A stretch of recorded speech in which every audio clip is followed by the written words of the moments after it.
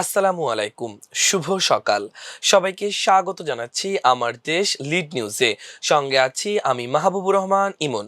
আমাদের আজকের লিড নিউজের শিরোনাম, বিশেষ ছাড়েও খেলাপি ঋণ ফের ঊর্ধ্বমুখী। আজকের লিড নিউজটি লিখেছেন রোহান রাজীব। চলুন দর্শক, লিড নিউজটির বিস্তারিত জেনে নেওয়া যাক।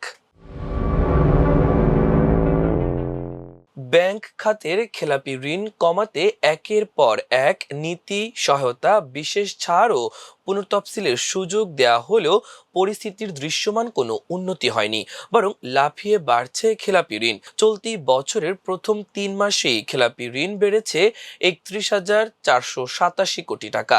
গত বছরের শেষ প্রান্তিকে খেলাপি ঋণ 87,000 কোটি টাকা কমলেও সেই স্বস্তি স্থায়ী হয়নি। নতুন করে ঋণ খেলাপির বোঝা বাড়ায় দেশের ব্যাংকিং খাত আবারও চাপে পড়েছে। বাংলাদেশ ব্যাংকের হালনাগাদ প্রতিবেদনে এ তথ্য উঠে এসেছে। খাত সংশ্লিষ্টরা বলছেন, অর্থনীতির প্রবৃদ্ধি ধীর হয়ে যাওয়ায় ঋণ আদায় হচ্ছে না। অন্যদিকে প্রতি প্রান্তিকে সুদ যুক্ত হচ্ছে। এছাড়া ডিসেম্বর প্রান্তিকে অনেক ব্যাংক খেলাপি ঋণ কম দেখিয়েছিল। পরে কেন্দ্রীয় ব্যাংকের পরামর্শক দল সেগুলো পুনরায় খেলাপি হিসেবে শ্রেণীকরণ করেছে। এসব কারণে খেলাপি ঋণ বাড়ছে। বাংলাদেশ ব্যাংকের প্রতিবেদন অনুযায়ী গত ডিসেম্বর শেষে ব্যাংকিং খাতে খেলাপি ঋণের পরিমাণ ছিল 5,57,217 কোটি টাকা, যা বিতরণ করা মোট ঋণের 30.60%। চলতি বছরের মার্চ শেষে তা বেড়ে দাঁড়িয়েছে 5,88,704 কোটি টাকা, যা মোট ঋণের 32.26%।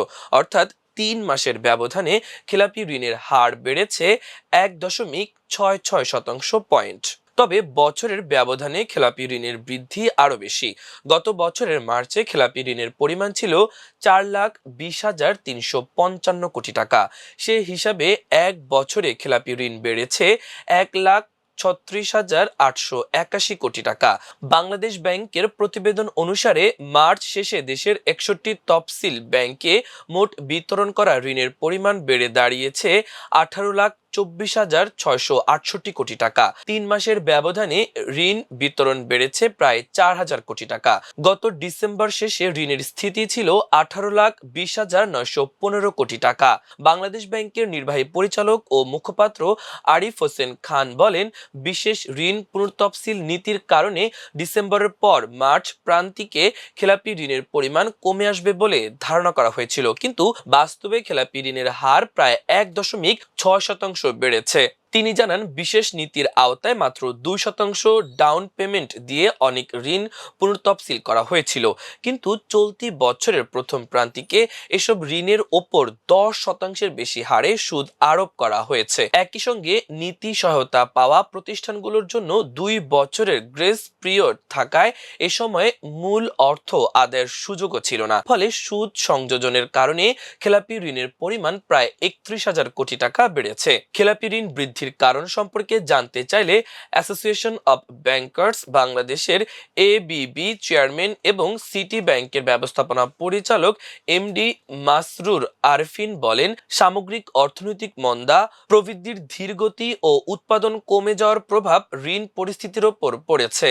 তিনি বলেন, নীতি সহায়তার সুযোগ থাকলেও সব গ্রাহক তা নিতে পারেনি, কারণ নীতি সহায়তা পাওয়ার জন্য প্রয়োজনীয় ডাউন পেমেন্ট অনেক ঋণ গ্রহীতার পক্ষে জোগাড় করা সম্ভব হয়নি। ফলে সহায়তার আওতায় আসতে পারে বলে ধারণা করা হয়েছিল এমন একটি বড় অংশের গ্রাহক শেষ পর্যন্ত এই সুবিধা নিতে পারেননি। তিনি আরো বলেন, বিভিন্ন ব্যাংকের বহির্নিরীক্ষা তথা এক্সটার্নাল অডিট সম্পূর্ণ হওয়ার পর নিরীক্ষকরা সব ক্ষেত্রে ছাড় দিতে রাজি হননি। অনেক ক্ষেত্রে ঋণকে শ্রেণীকরণ করার নির্দেশনা দেয়া হয়েছে। একই সঙ্গে কিছু ব্যাংক কেন্দ্রীয় ব্যাংকের নীতি সহায়তার সুবিধা পেলেও অন্য অনেক ঋণকে নিয়ম অনুযায়ী শ্রেণীকরণ করতে হয়েছে।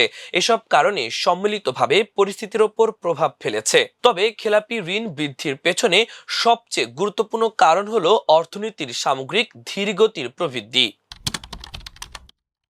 ক্ষমতাচ্যুত আওয়ামী লীগ সরকারের আমলে খেলাপি ঋণ বেড়েছিল ব্যাপক হারে, তবে যেভাবে খেলাপি ঋণ বেড়েছিল সেভাবে তা প্রকাশ করা হয়নি।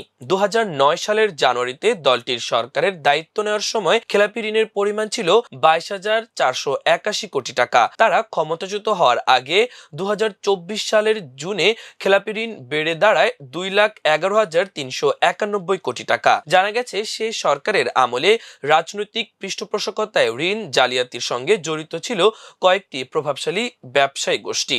এই তালিকায় নাম রয়েছে এস আলম, ভেক্সিমকো, নাসা ও বসুন্ধরা গ্রুপ সহ ডজন খানেক প্রতিষ্ঠানের। এসব গোষ্ঠী আওয়ামী লীগের ঘনিষ্ঠ হিসেবে পরিচিত ছিল, তাই তাদের অনেক ক্ষেত্রে যথাযথ জামানত, প্রকল্প মূল্যায়ন কিংবা নগদ প্রবাহ বিশ্লেষণ ছাড়াই ঋণ অনুমোদন দেওয়া হয়েছিল। গত এক দশকে রাজনৈতিক প্রভাবের কারণে এসব প্রভাবশালী শিল্পগোষ্ঠী নামে বেনামে বিপুল অঙ্কের ঋণ সুবিধা পেয়েছে। ঋণ পরিশোধের সময় এলেও তারা তা শোধ করেনি, উল্টো বিভিন্ন সুবিধা দিয়ে তাদের ঋণ খেলাপি হিসেবে চিহ্নিত হওয়া থেকে রক্ষা করা হয়েছিল। ফলে প্রকৃত খেলাপি ঋণের চিত্র সামনে আসেনি। আওয়ামী লীগ সরকারের পতনের পর দায়িত্ব নেয় অন্তর্বর্তী সরকার। তাদের আমলে ব্যাংক খাতের প্রকৃত চিত্র তুলে ধরা শুরু হয়।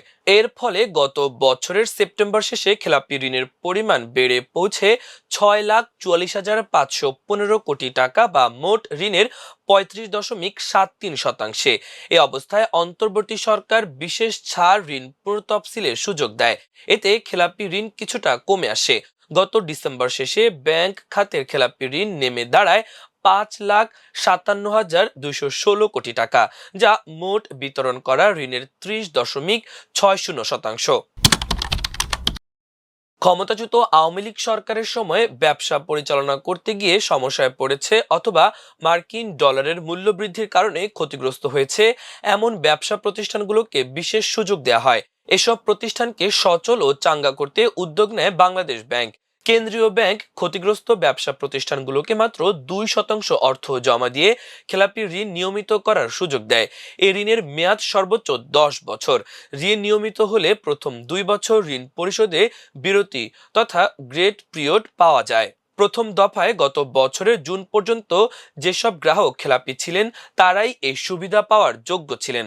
পরে এই সময়সীমা ওই বছরের নভেম্বর পর্যন্ত বাড়ানো হয়। সর্বশেষ গত মাসে জারি করা এক সার্কুলারের মাধ্যমে তা চলতি বছরের জুন পর্যন্ত বৃদ্ধি করা হয়েছে। জানা গেছে নীতি সহায়তার আওতায় 1,516টি আবেদনের বিপরীতে 1,96,047 কোটি টাকার খেলাপি ঋণ পুনঃতফসিলের আবেদন আসে। এর মধ্যে 300টি গ্রুপের 900টি আবেদন নিষ্পত্তি করা হয়েছে। ব্যাংকগুলো 250টি ঋণ আবেদন বাস্তবায়ন করেছে। এর মাধ্যমে 26,114 কোটি টাকার ঋণ পুনঃতফসিল করা হয়েছে। প্রিয় দর্শক, আমাদের আজকের লিড নিউজের আয়োজন এ পর্যন্তই। আগামীকাল আরেকটি লিড নিউজ নিয়ে আপনাদের সামনে হাজির হব। সে পর্যন্ত মহান আল্লাহ তাআলা আপনাদের সবাইকে ভালো রাখুক, সুস্থ রাখুক। এতক্ষণ সঙ্গে থাকার জন্য অসংখ্য ধন্যবাদ। আল্লাহ হাফেজ।